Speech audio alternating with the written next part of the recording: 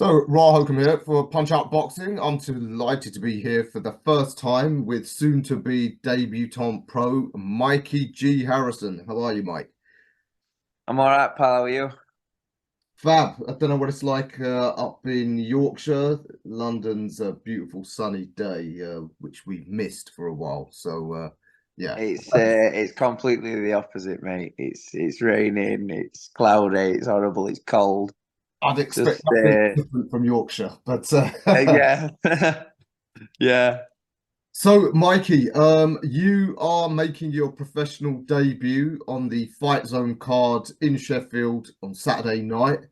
Uh, yeah. so, yeah, just want you to introduce yourselves to the fans. If you could tell us about your boxing background, how you got into it, what you've done, and the decision to go pro.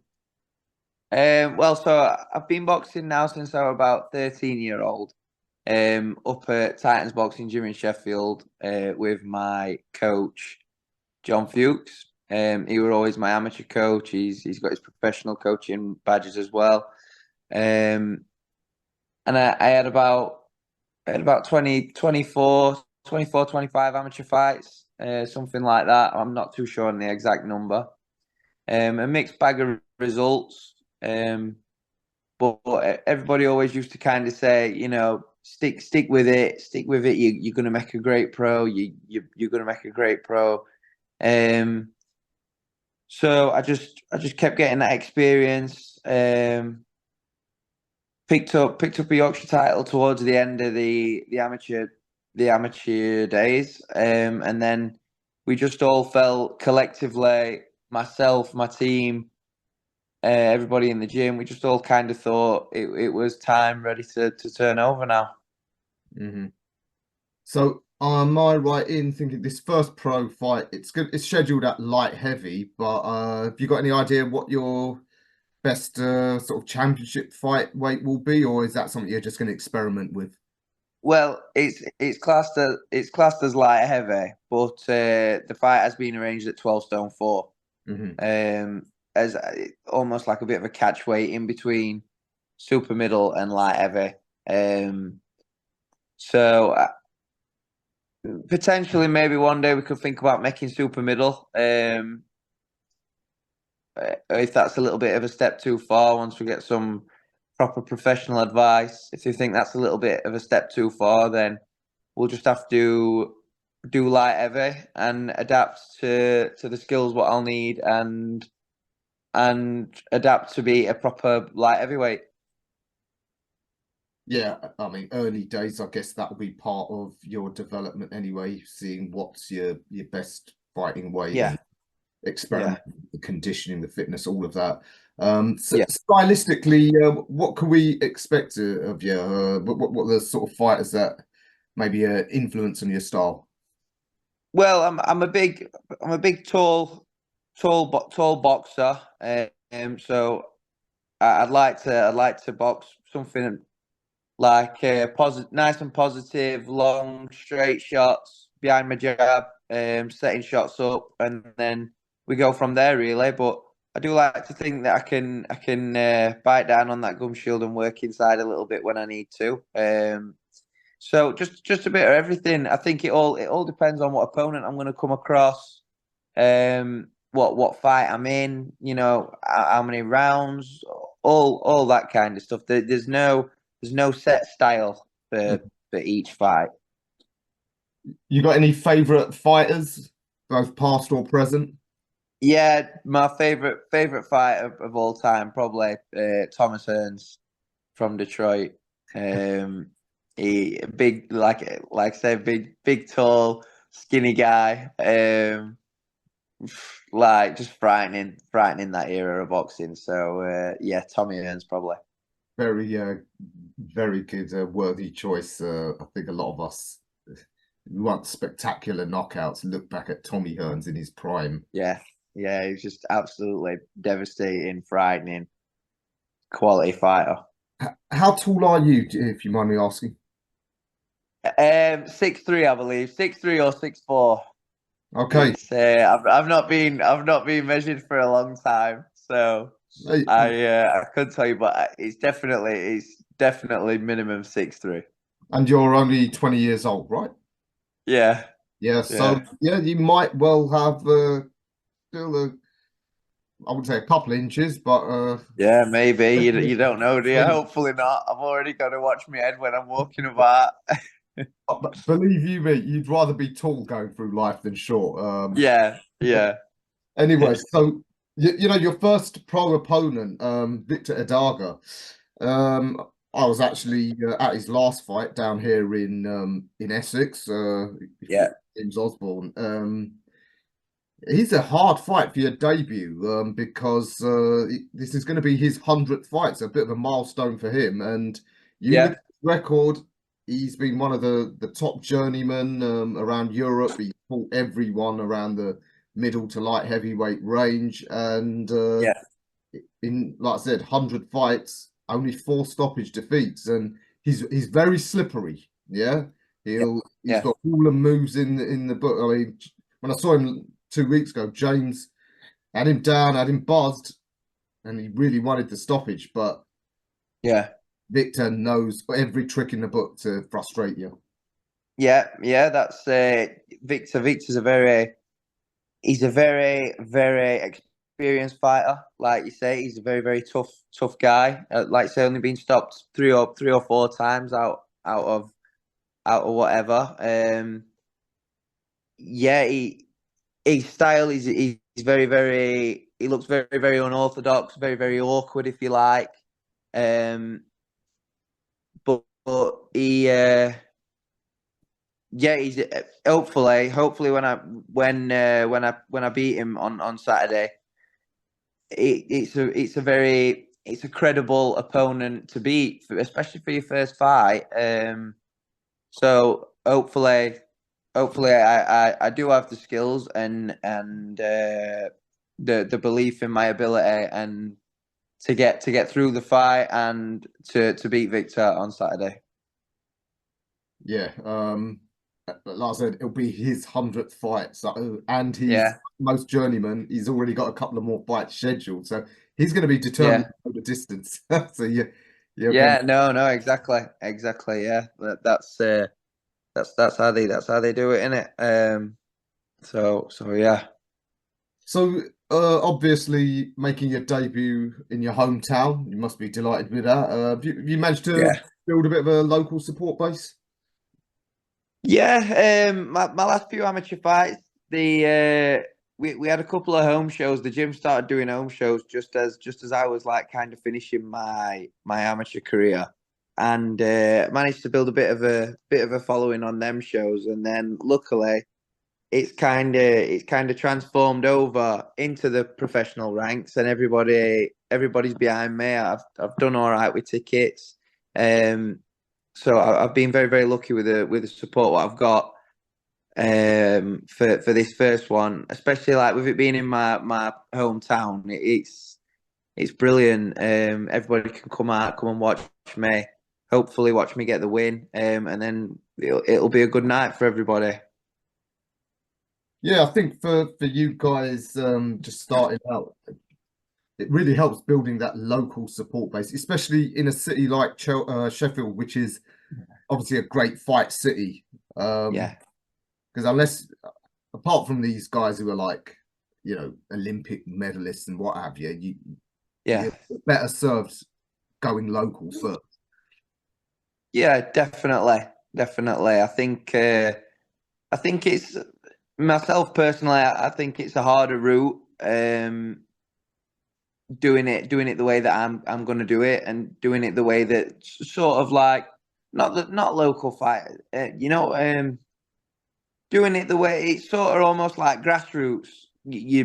You're starting from the bottom. You've got to sell your tickets. You've got to get this number of this number of ticket sales.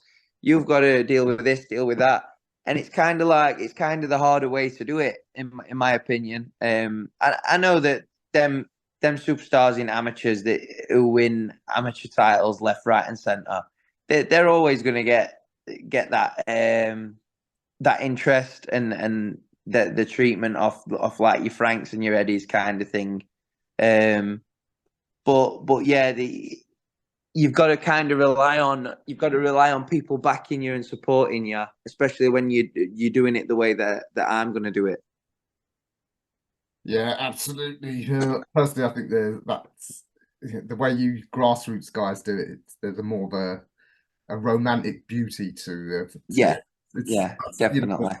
when you talk about those sort of fairy tale sort of boxing stories, it's always the guy Yeah, not the grassroots way. So you're with Dennis Hobson's is it Fight Academy? Fight Academy. Yeah, So yeah. have they got sort of a schedule like in mind? Obviously, a lot can change, you know, the injuries, pullouts, all of that. But like in terms of how regularly you're going to fight.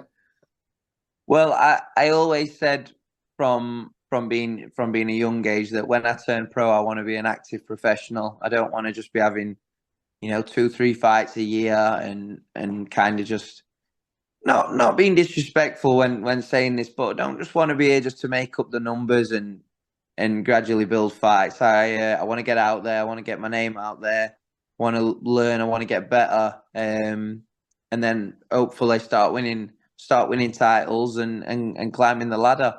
So hopefully, I'd love to be having five, six plus fights a year. That'd be the dream. Obviously, there's certain things what you have to get installed and in place right first.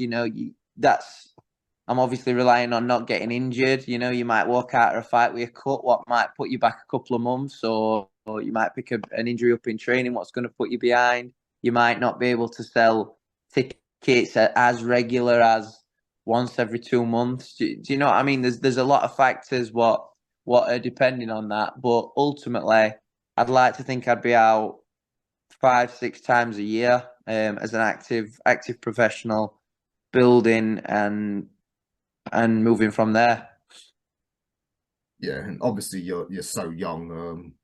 You can just afford to sort of just have those, as you said, learning fights and fight Yeah, regularly. It's not until you get to championship level that you need those sort of bigger sort of gaps between fights. yeah. Um, are you a full-time pro? Do you have a day job as well? I do. I work. I'm very very lucky. Really, I left school and I did sport and exercise science at college. I was never really sure what I wanted to do, and I knew that it's very, very hard being a full-time professional. Money kind of you're going to get their money worries. You're literally dedicating your life to, which I do. I do anyway. I dedicate my life to the sport. I'm not saying that, but you get their money worries. It's hard when you've not got a job, and I think it makes it twice as hard. So I do work, but I'm a personal trainer in the boxing gym. So I have my own little client base, which means I can earn my money in the gym whilst I'm planning around my own training. So in a way, it's kind of like it's perfect, really, because it comes hand in hand. If I know I've got to be training at this time, I can build all my PTs around that and get a base of when I can get people in and when I can't, and when I'm training and when I need to be going home to eat and rest and when I need to do this. So really, it's a great opportunity to be doing what I'm doing as well as boxing professionally. Yeah, it's a common approach by a lot of pros I've heard to do some training. Fits in with Yeah, I the think I lifestyle. think so much in the last few years. Yeah, it's very very hard now to box pro and be on shovel all day in it and be on building sites. That said, there's still some fighters out there do it, and I don't know how. Exactly, and I take my hat off to him because it must be so hard. Yeah. They deserve the utmost respect. Tell us, outside of boxing, do you have any interests? Do you have any other hobbies? Yeah, I love all my sports really. So I'll sit and watch sport. Football. I'm a big Sheffield United fan. So I'll always be having a look what they're doing. Maybe going at matches. I say when it's nice weather like this time of year, July, but we ain't raining today. I don't mind a bit of fishing. That helps me. That helps me relax. And then just going out, seeing my friends and stuff. Just that seems to pass the time. Yeah, that's me really. Just everything around this. Fishing, surprisingly popular hobby amongst boxers. Spoke to Yeah, John Tire a while back, and he said that's his favorite hobby. So yeah. you're in It good is. company. I can't lie. It is one of mine. It's a hidden little secret for those who don't know. Like I said, you can't beat it on a nice summer's day, sat back bang, chilling out, just relaxing. It's better when you've not got a fight coming up and you can have a little something to eat. But but yeah, it's just so relaxing, and think it just, especially like with boxers, I think like the psychological side of it, it's just you can just sit, relax, and switch off. There's not many things in life where you can do that with. Yes, indeed. Yeah, in such a high stress game as boxing, you do need that. Well, that's it, yeah. Keep Hence why you say a lot of boxers like it. Just relaxes them, chills out. indeed. All right, Mikey. Incidentally, what's the G stand for? You what, sorry? What's the G in your name stand for? Isn't it It's Mikey? just a bit of a nickname. It's a bit of a nickname I've always had, Mikey G.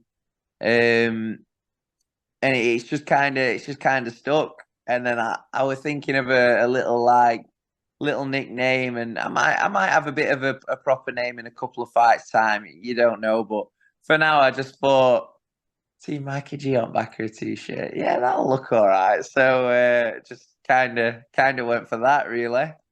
Well, it rolls off the tongue nicely. So for now, with Mikey G, sounds good. Yeah, brilliant. Thank you.